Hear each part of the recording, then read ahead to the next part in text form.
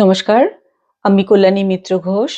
আজকে আমি নবনীতা দেবসেনের ঠাকুমার গল্প পড়ে শোনাচ্ছি। রঞ্জন বিমর্ষ মুখে উস্কো খুস্কো চুলে দাড়ি চুলকোতে চুলকোতে এসে ঘরে ঢুকলো। নবনীতা দি, ঠাকুমার। কি হয়েছে ঠাকুমার? হাতের কাজ ঠেলে দিয়ে খাড়া হয়ে বসি। রঞ্জনের ঠাকুমাটি আমাদের বড় প্রিয়জন, 90 ছুঁয়েছেন। এই বয়সে তো একটু ভয় ভয় করেই। শরীর খারাপ করেছে? কি হয়েছে ঠাকুমার? শরীর না, মাথাটা। সে আর নতুন কি, মাথা তো অনেকদিনই নিজের খেয়াল খুশিতে চলছে। এ অন্য পরিচ্ছেদ।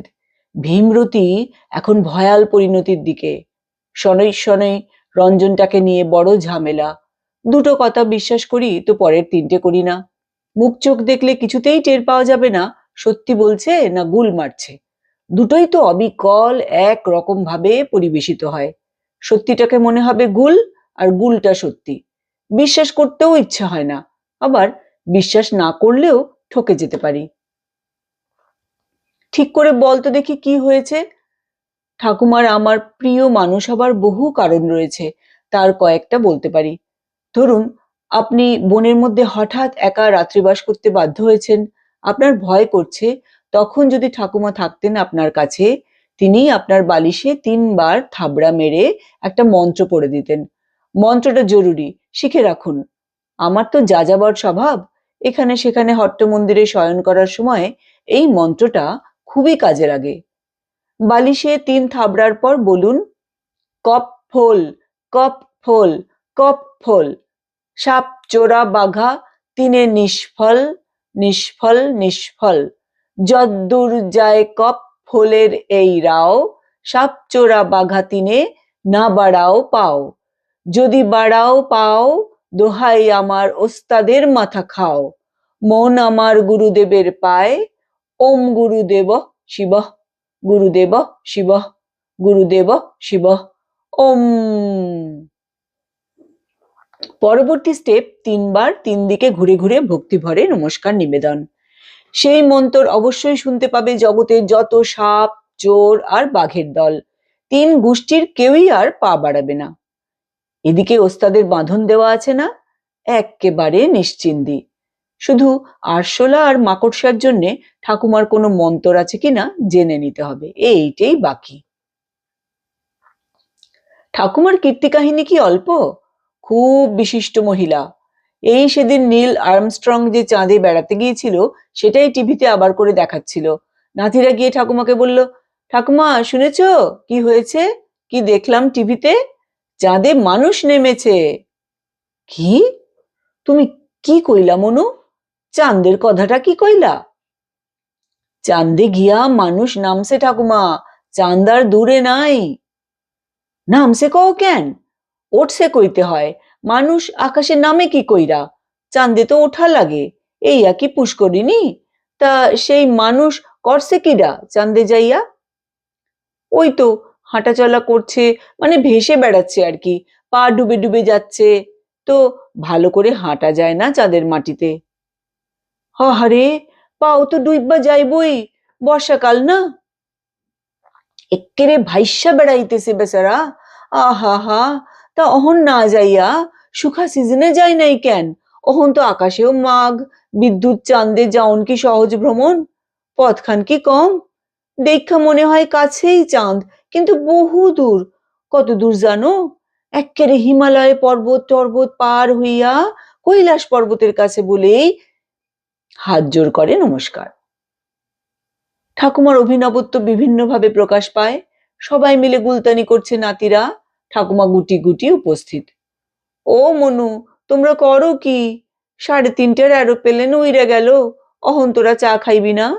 এইটা তো তগ চা খাওনের টাইম, খেয়াল করাইয়া দিতাছি। ঠাকুমা নিজে চা খান না। বেলা 3:30টার এরোপ্লেন, এরকমও হয় নাকি? 8টার মেল ট্রেন, 10টা 15-র প্যাসেঞ্জার, বড়জোর 9:30টার পাশের বাড়ির খুকুর স্কুল বাস, এসব হিসেব রাখতে পারো মানুষ। তাই বলে 3:30টার এরোপ্লেন দেখে ঘরের কাজকর্মের টাইম স্কেডিউল বানানো?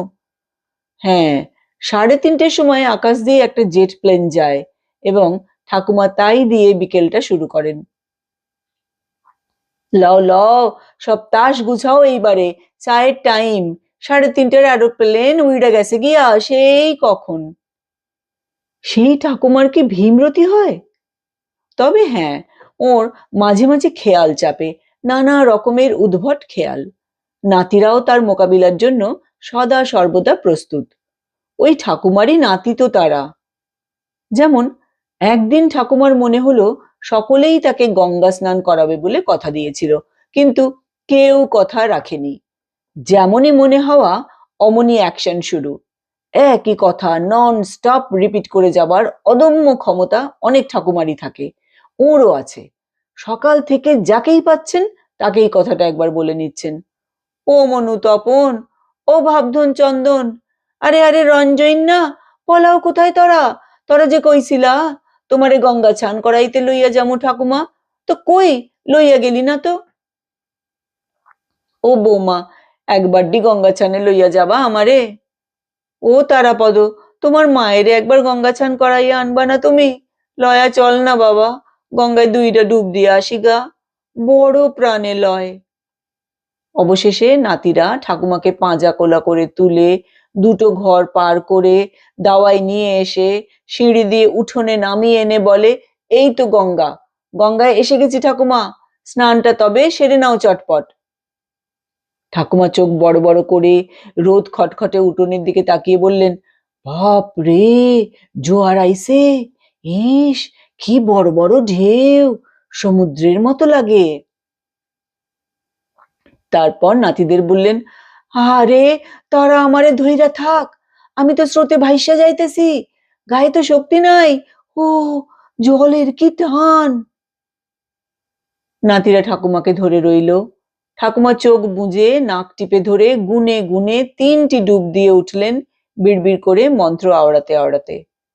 3 নম্বর ডুবের পরে হাত বাড়িয়ে দিলেন, গামছা কান দেহি। গামছা দেওয়া হলো। তারপর জয় জয় দেবী সুরধুনী গঙ্গে গাইতে গাইতে গা মাথা মুছে ঠাকুমা আবার মহানন্দে নাতিদের কোলে চড়ে খাটে ফিরে এলেন, পুণ্য স্নান সারা। আহ কি আরাম, শরীর খান যেন জুড়াইয়া গেল, গঙ্গাচ্ছান বলিয়া কথা। এইটাকে ভীমরতি বলে ধরা হয়। তবে এরকমটা তো নতুন কিছুই ঘটনা নয়। আজ তাহলে রঞ্জনের এত বিচলিত লাগার কারণ কি? কেন, ঠাকুমা নতুন করে কি করলেন আবার? এবার কি সমুদ্র স্নান, পুরীতে যাবেন? রঞ্জন গম্ভীর মুখে মাথা নাড়ল। জ্যাঠামশাইকে মেরে ফেলেছেন। সে কি? আমার মাথাটা ঘুরে গেল, বিলেতের কাগজেই এসব পড়েছি কেবল, কি ভয়ানক। সকালে উঠে দেখি ঠাকুমা ফুঁপিয়ে ফুঁপিয়ে কাঁদছেন, কাপড়ের খুঁটে নাক চোখ মুছছেন আর কাঁদছেন। রঞ্জন বলতে শুরু করলো, কেন ঠাকুমা কাঁদো কেনে? আমার অমূল্যটা আর নাই। হ্যাট, যত বাজে চিন্তা, কে কইল নাই? জ্যাঠ এক্কের ফিটফাট ঠিকঠাক। না, নাই, আমি জানি সে নাই, তোরা আমারে মিছা কথা কস, আরে অমূল্যা। ঠাকুমা নাইবেন না, খাবেন না, কথা বলবেন না, এক নাগাড়ে হাপুস নয়নে জল জ্যান্ত জ্যাঠামশাইয়ের জন্য পুত্র শোকে কাঁদবেন। কার আর সেটা বরদাস্ত হয়? বাড়ি শুদ্ধ লোক তাকে বোঝাচ্ছি জ্যাঠা দিব্যি আছেন, ফুর্তিতেই আছেন, কোন্নগর থেকে তেমন ঘন ঘন গড়িয়ে এসে উঠতে হয়তো পারছেন না ইদানিং, তাই বলে এমন অমঙ্গলে কান্না কাঁদতে হবে? ঠাকুমা কারুর কথাই বিশ্বাস করছেন না। আমি জানি তোরা আমারে ভুলাস। প্রত্যেকে চেষ্টা করে হার মেনে গেলাম। এদিকে ফোনে ঠাকুমা কথাবার্তা কিছুই শুনতে পান না। জ্যাঠার সঙ্গে ফোনে যে কথা বলিয়ে দেবো তার উপায় নেই। কিছুতেই বুঝ বানানো যাচ্ছে না ঠাকুমাকে, অথচ মায়ের চোখের জলে নাকি সন্তানদের অকল্যাণ হয়। এই অশ্রু অবিলম্বে থামানো দরকার। সমূহ বিপত্তির শান্তি করতে জ্যাঠামশাইকে কোন্নগর থেকে সোজা ট্যাক্সি ভাড়া করে গড়িয়াতে নিয়ে আসা হলো। এবার ছেলেকে সশরীরে মায়ের সম্মুখে উপস্থিত করে দেওয়া হবে। রবিবার সকালে জ্যাঠামশাই এলেন, হাসি খুশি। ট্যাক্সি ভাড়াটা এখান থেকেই দেওয়া হয়েছে। জ্যাঠামশাই হাতে করে কোন্নাগর থেকে চমৎকার মাখা সন্দেশ এনেছেন ঠাকুমার জন্য। এবারে সমস্যার অবসান। আমরা নাচতে নাচতে গিয়ে বলি, ঠাকুমা, জ্যাঠামশাই এসেছেন। কে আইলো? জ্যাঠামশাই। কার জ্যাঠা? আমাদের জ্যাঠামশাই। হেইডা কেডা? কেডা মানে? তোমার বড় ছেলে। সে তো অমূল্যা আছিল। হ্যাঁ হ্যাঁ, সেই তো আছিল। আবার কি কথা? জ্যাঠামশাই এসেছেন তোমার কাছে? ও অমূল্যা আইছে? হ্যাঁ হ্যাঁ, বলছি তো।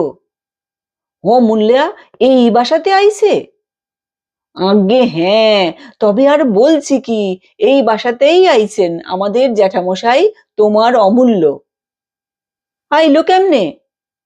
ট্যাক্সি করে। ট্যাক্সি কইরা? বাপ রে!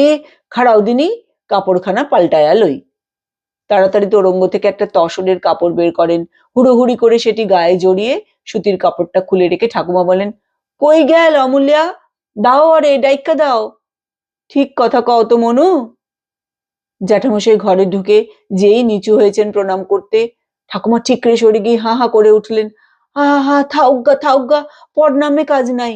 এই যে হাত তুইলা এমনি এমনি করিয়া নম নম করো, নম নম করো। বলতে বলতে নিজের বুকের কাছে দুই হাত জড়ো করে ঠাকুমাও জ্যাঠামশাইকে ভক্তি ভরে নমস্কার করলেন। প্রণাম করা, আশীর্বাদ করা, যাবতীয় ক্রিয়াকর্ম বাদ। ঠাকুমার এহেন আধুনিকতা দেখে জ্যাঠামশাই একটু ঘাবড়ে গেলেন মনে হলো। বিজয়ার সময়েও তো এটা ছিল না। জ্যাঠামশাই চেয়ারে বসলেন। ঠাকুমা চুপচাপ তাকে মেপে যাচ্ছেন, কথা নেই। জ্যাঠার অস্বস্তি হলো। সাধারণত ঠাকুমার অনেক প্রশ্ন থাকে। তা মা, ভালো আছো তো? হ, আমি তো আছি ভালোই। তুমি কেমন আছো শুনি? ভালোই আছি। আইলা কি করিয়া? ট্যাক্সিতে। ট্যাক্সি চলাচল করে? তা করে, খরচা আছে। খরচা তো থাকবই, এই পার ওই পার বইলা কথা। জ্যাঠা এবারে সন্দেশের বাক্স এগিয়ে দেন।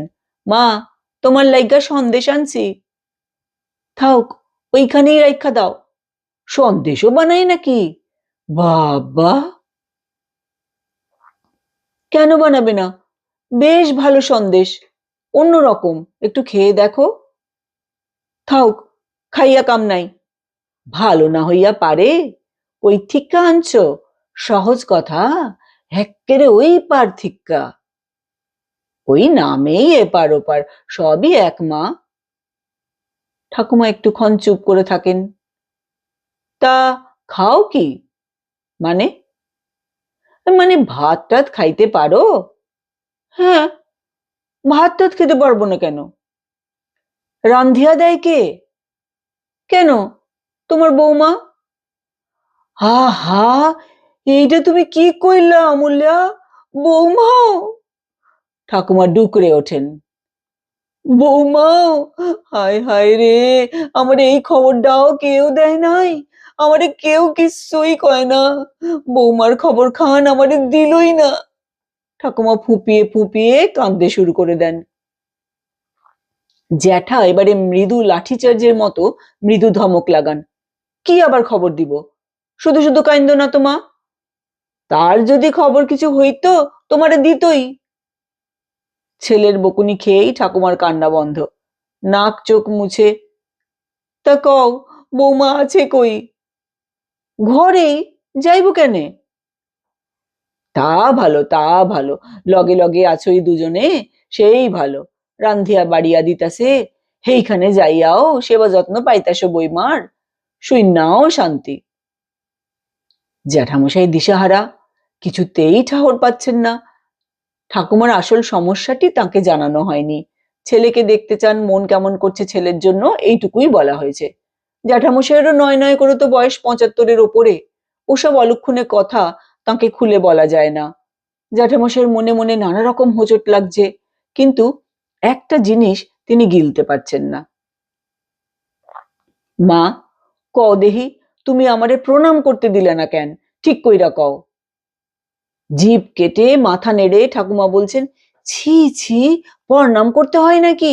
ওই পার্থিকা ঈশা, তুমিই তো সকলের প্রণাম নিবা। তা ভালো, আইছো আমারে দেখনের লাইগাই আইছো, সন্দেশ লইয়া আইছো, খুব ভালো। কিন্তু তাও একটা কথা বুঝি না, তুমি আইলা কিভাবে? তুমি প্রণাম নিবাটা জ্যাঠামশাই বুঝতে না পারলেও আলোচনা চালিয়ে যান, মুখখানা যার পর নাই বিভ্রান্ত দেখাতে থাকে। কইতাছি তো, ট্যাক্সি কইরা কয়বার কমু, শোনো নাই? ট্যাক্সি ওই পারেও যায়? যাইব না কেন, যাইতে তো মানা নাই।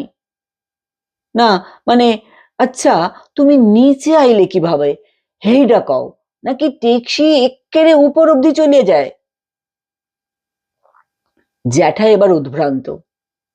এইটা তুমি কি কইলা মা? ট্যাক্সি 3 তলার উপরে উঠে নাকি? আমি সিঁড়ি দিয়া নাইমা আইসা বড় রাস্তা থিক্কা ট্যাক্সি ধরি। সিঁড়ি? সিঁড়ি দিয়া উপর নিচ করো? না তো কি, 3 তলা বাসায় কি লিফট বানাই নাকি? অসুবিধা হয় না? না, অহন পর্যন্ত তো হয় নাই, তবে ফিউচারের কথা কন যায় না। তাইলে মনে হয় সিঁড়িটা কমপ্লিট করছিল রাবণে। আমি তো জানি আধা খাচরা হইয়া পইরা আছে, কমপ্লিট হয় নাই, তাই জিগাইছি নিচে আইলা কেমনে? রাবণের সিঁড়ি? আমি কি স্বর্গে আছি মা? এই কথাটায় মা ফোঁস করে উঠলেন। স্বর্গ না তো কি, তুমি হইলা গিয়া তোমার বাবার বড় পোলা, তুমি স্বর্গে যাবা না তো কি নরকে যাবা? তুমিও কও অমূল্যা। জ্যাঠার আর ধৈর্য থাকে না। কিন্তু মা, হেইটা তো বহু পরের কথা, আগে তো মরি। অহন তো আমি বাইচ্চা আছি, স্বর্গে যামু না নরকে যামু এই প্রশ্নটা কেউ করে নাই আমারে, তুমিই কইলা কেবল। কি কইলা? তুমি বাইচ্চা আছো অমূল্যা? তুমি বাইচ্চা আছো? তুমি জীবিত? তুমি স্বর্গে যাও নাই? ও হো হো, আমার অমূল্য মরে নাই রে, আমার অমূল্য বাইচ্চা আছে রে। ও হো হো হো। ঠাকুমার আনন্দাশ্রু অঝোর ধারায় ঝরতে লাগলো এবং গলা ছেড়ে ও হো হো কান্নাটা অবিকল মরা কান্নার মতো শোনাতে লাগলো। এর চাইতে সেই ফুপিয়ে ফুপিয়ে অমূল্যা আর নাই কান্নাটাই ছিল ভালো। জ্যাঠামশাই এতক্ষণে সবটা বুঝতে পারেন। ঠাকুমাকে জড়িয়ে ধরে জ্যাঠামশাই বললেন, মা গো, আসো, তাইলে প্রণামটা অহন কইরা লই। লও লও, করোনা প্রণাম তোমার যত ইচ্ছা। তখন কি জানি, আমি তো জানি তুমি ওই পার থিকা, তাই তো হড়বড় করিয়া শুদ্ধা কাপড়খানা পরিয়া আইলাম। জ্যাঠামশাই চিবুক ছুঁয়ে চুমু খেয়ে ঠাকুমা মিষ্টি করে হাসেন, তারপর হাত বাড়াইলেন। কই, দাও তো দেহি সন্দেশটা যে আনছিলা, জিনিসখান কেমন দেখি খাইয়া। আমি হাঁপ ছেড়ে বলি, যাক, সব ভালো যার শেষ ভালো। কিন্তু শেষটা ভালো কিনা সেটাই তো সংশয়। সেদিন ঘণ্টেশ্বরের পৈতের দিনে সিরিয়াস কেলো করেছেন। রঞ্জন গুছিয়ে বসেছে।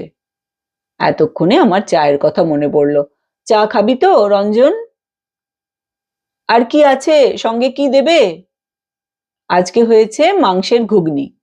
গ্রেট, লাগাও চা। ঘণ্টের পৈতের দিনে বাড়িতে অত লোক, তার মধ্যে ঠাকুমা, বাবা, জ্যাঠা, কাকামণি প্রত্যেকের প্রেস্টিজ পাংচার করে দিয়েছেন। ব্যাপক কেলো। ঠাকুমার কেলোর কীর্তিগুলো শুনতে আমি সর্বদাই আগ্রহী। কি কেলো রে, কি কেলো? বাড়িতে উৎসব, সবাই জড়ো হয়েছেন। জড়ো হওয়া মানেই সবার আগে ঠাকুমার কাছে যাওয়া। 3 ছেলেই একত্রে উপস্থিত। জ্যাঠামশাই বেচারি তখনও স্বর্গের সিঁড়ির স্মৃতির দ্বারা তাড়িত, তাই তিনি ঠাকুমাকে প্রণাম করে বললেন, মা, আমারে চিনো? চিনুম না কেন? আমার নাম কি, কও দেহি। ঠাকুমা হঠাৎ জিভ কেটে সলজ্জ ঘোমটা টেনে দিয়ে মুখ ঘুরিয়ে নিলেন। তারপর চোখের কোণ দিয়ে মিটিমিটি হেসে ফিসফিস করে জ্যাঠামশাইকে প্রায় কানে কানে বললেন, কুমু কি কইরা, তোমার নাম যে আমারে লইতা নাই মনু। ভাসুর ঠাকুরের নামে তোমার নাম দিছি কিনা, তুমি হইলা আমাগো বড় পোলা, সকলের আগে তুমি। শুনে তো সকলেই স্তব্ধ। তার ভাসুরের নামে নাম? মোটেই না। তার ভাসুর ঠাকুর তো ঠাকুরদার দাদা বাবাদের জ্যাঠামশাই হন। তার নাম তো ক্ষেত্র প্রসাদ, জেঠুর নাম অমূল্য। কেসটা কি হলো? ঠাকুমাই বললেন, আচ্ছা, নামের গোড়ার অক্ষর কইয়া দিতাছি। শয়ে ফয়ে আসফ দিয়া নাম শুরু। ব্যাস, হইছে। ঘর শুদ্ধ মানুষ বজ্রাহত। ক্ষেত্রপ্রসাদে শয়ে ফয়ে আসবো কই? সে তো কেবল স্ফটিকেই থাকা সম্ভব। এ পরিবারে তো ওই নামে কোনো পূর্বসূরি আছে বলে এখনো শুনিনি। এই শয়ে ফয়ে আসবো শুনে অবধি চেয়ারের পিঠ ধরে সেই যে দাঁড়িয়ে উঠেছিলেন জ্যাঠা, আর বসেননি। এবারে জ্যাঠা একা নন, বাবা কাকা সকলেই বিচলিত হয়ে ঠাকুমাকে চেপে ধরলেন। ঠিক কইরা কদিনই মা, তোমার কয়ডা পোলা, তাদের নাম কি কি? কাকু বললেন, মা আমার পানে চাইয়া দেখো, কও তো আমি কে, আমার নাম কি? কাকুর চ্যালেঞ্জের সামনে পড়ে ঠাকুমাও মরিয়া। আর চালাকি চলছে না। এবার ঠাকুমা পুত্রের চোখে চোখ রেখে সোজাসুজি তাকালেন। হা, তোমারে চিনি না? আমার পোলা আমি চিনুম না? নাম শুনবা? কেন মনু, আপন আপন নামগুলো তগো মনে নাই? তবে শুইন্না লাও, এই আমি কইয়া দিলাম। তারপরেই হঠাৎ নামতা পড়বার মতো করে গড় গড় করে এক ঝাঁক নাম আবৃত্তি করে গেলেন। বনবিহারী, বিনোদ বিহারী, বিমান বিহারী, পুলিন বিহারী, রাস বিহারী, তপন, স্বপন, চন্দন, রঞ্জন, কাঞ্চন। লও, আমার সব কয়টা পোলাপাইদের নাম বইনা লও। ঘর শুদ্ধ শ্রোতা নির্বাক। ঠাকুমার 3 সন্তান, অমূল্য, তারাপদ, সদানন্দ, কেউ এই লিস্টে নেই। তাদের পুত্ররা অবশ্য আছে, কিন্তু বাকি 5 জন বিহারী বাবুরা যে কারা পরিবারের কেউই বলতে পারল না। ঠাকুমা নামগুলি পেলেন কোথায়? নাতিদের নাম না হয় বোঝা গেল, ছেলেদের নাম বিস্মরণ, সেও না হয় কষ্টে সৃষ্টে বোধগম্য হলো, কিন্তু ওই 5টা উটকো নাম কাদের? ঠাকুমা যে ইষ্ট মন্ত্রের মতো মুখস্থ আওড়ে গেলেন। বিরাট এক রহস্য সৃষ্টি করলো ওই অচেনা নামাবলী। ওরা কারা? রহস্যের মীমাংসা করলেন ঠাকুমারই ছোট ভাই, আমাদের মামা দাদু। ঠাকুমার ওই একটি মাত্র ভাই। মামা দাদু বললেন, ওই 5টি তাদের 5 দাদার নাম। মামা দাদুর জন্মের আগেই তারা গত হয়েছেন মা শীতলার কৃপায়। ঠাকুমার বয়স তখন 4 বছর। এই কারণেই মামা দাদুর নাম হয়েছে শীতলাচরণ। ঠাকুমার বিয়ে হয়েছে 9 বছরে। ঠাকুরদাও দেখেননি এই সম্বন্ধীদের। কোথা থেকে যে তুলে এনেছেন ঠাকুমা শৈশবের বিস্তৃত নামগুলি, বসিয়ে দিয়েছেন নিজের সন্তানদের নামের সারিতে তার অতি প্রিয়জনদের তালিকায়। কিন্তু শয়ে ফয়ে আস্ফোটার সমাধান মামা দাদুও জানেন না, ওটার কিনারা হলো না। এই ঘটনার উপসংহার বাকি আছে দিদি, এখানেই শেষ নয়। পরদিন সকালে উঠে ঠাকুমা মাকে জিজ্ঞেস করলেন, বৌমা আমি কেডা? এহেন অস্তিত্ববাদী প্রশ্নে মা ভ্যাবাচাকা খেয়ে স্থানুবৎ। কদিনই আমি কেডা? প্রায় গোপন কথা বলাবলির মতো ফিসফিস করে মাকে জিজ্ঞেস করলেন ঠাকুমা ষড়যন্ত্রের ভঙ্গিতে। অগত্যা তার বৌমা বললেন, মা আপনি আমার শাশুড়ি, এই বাড়ির কর্তা মা, আনন্দমোহিনী। ঠাকুমা মন দিয়ে শুনলেন। তারপর ভুরু কুঁচকে সন্দিগ্ধ সুরে বললেন, আনন্দমোহিনী? হেইডা আবার কেডা? বৌমা ওই নামখান কার? মার প্রায় কেঁদে ফেলার অবস্থা। তখন আমরা গেলাম অভয় দিতে। ওই লাইনেই নয়, ট্র্যাক বদল। আরে তুমি তো আমাদের ঠাকুমা, আমাদের চিনতে পারছো না? আহা, তাই ক, আমি তো রঞ্জন চন্দনের ঠাকুমা। বাস বাস, আর কইতে লাগবো না, বুঝছি। রঞ্জন থামলো। এই গল্পের টিকা হয় না। আমি শুধু চায়ের কাপটা এগিয়ে দিই। রঞ্জন চাটা শেষ করে আবার শুরু করলো। মেজদির নাতি হয়েছে, তাকে নিয়ে এসেছে ঠাকুমার কাছে। ঠাকুমা বসে আছেন বিছানায়। তার কোলে দেওয়া হলো। ঠাকুমা তো পুতিকে কোলে করে খুব খুশি, অনেক আদর করছেন, ছড়া কাটছেন। ফর্সা ধপধপে ছোট্ট বাচ্চাটা, মাস দেড়েকের হবে। তার পরনে কিচ্ছু নেই, কেবল কোমরে কালো ঘুনশিতে একটা তামার পয়সা বাঁধা। ঠাকুমা আদর করতে করতে জিজ্ঞেস করলেন, ভারী সুন্দর, এইটা কি হয়েছে, পোলা না মাইয়া? সবাই সমস্যারে বলে উঠেছি, কেন ঠাকুমা, ও তো তোমার কোলেই আছে, ছেলে না মেয়ে দেখাই তো যাচ্ছে সেটা। ঠাকুমা কেমন লজ্জা পেয়ে গেলেন। আস্তে করে মাথা নেড়ে মৃদু স্বরে বললেন, অত শত আমার মনে নাই, তারাই কইয়া দে আমারে।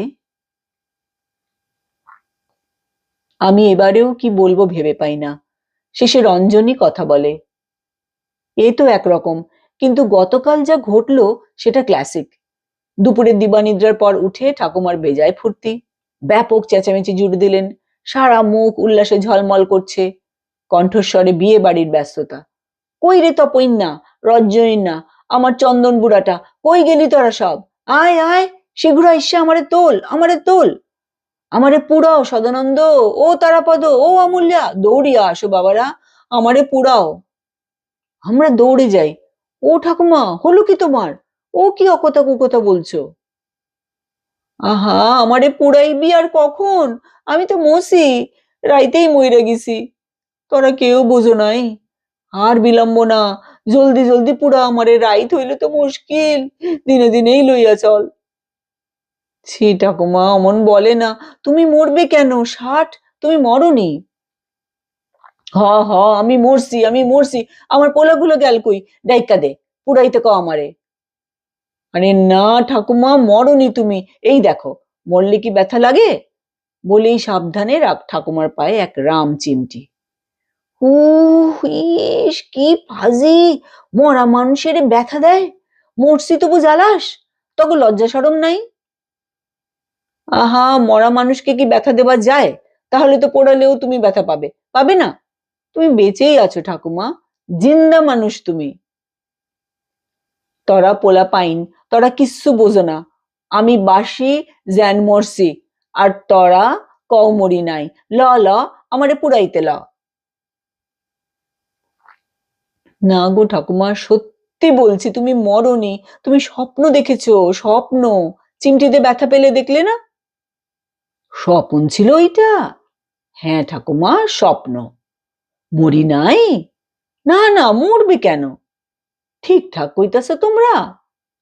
ঠিকঠাকই কইতেছি ঠাকুমা, মরো নাই তুমি, বাইসা আছো, জিন্দা আছো, শ্বাস প্রশ্বাস পড়তেছে তোমার, স্বপ্নই দেখছিলা তুমি। তৃপ্ত উজ্জ্বল মুখখানি মুহূর্তের মধ্যে বিবর্ণ, নিষ্প্রভ, মলিন হয়ে গেল ঠাকুমার। যাহ, খোয়াবি দেখতাছি কেবল, এইবারেও মরণ হইল না তাইলে? খুব দুঃখী মুখে ঠাকুমার চোখ বুজে জপের মালা নাড়াচাড়া শুরু করে দিলেন।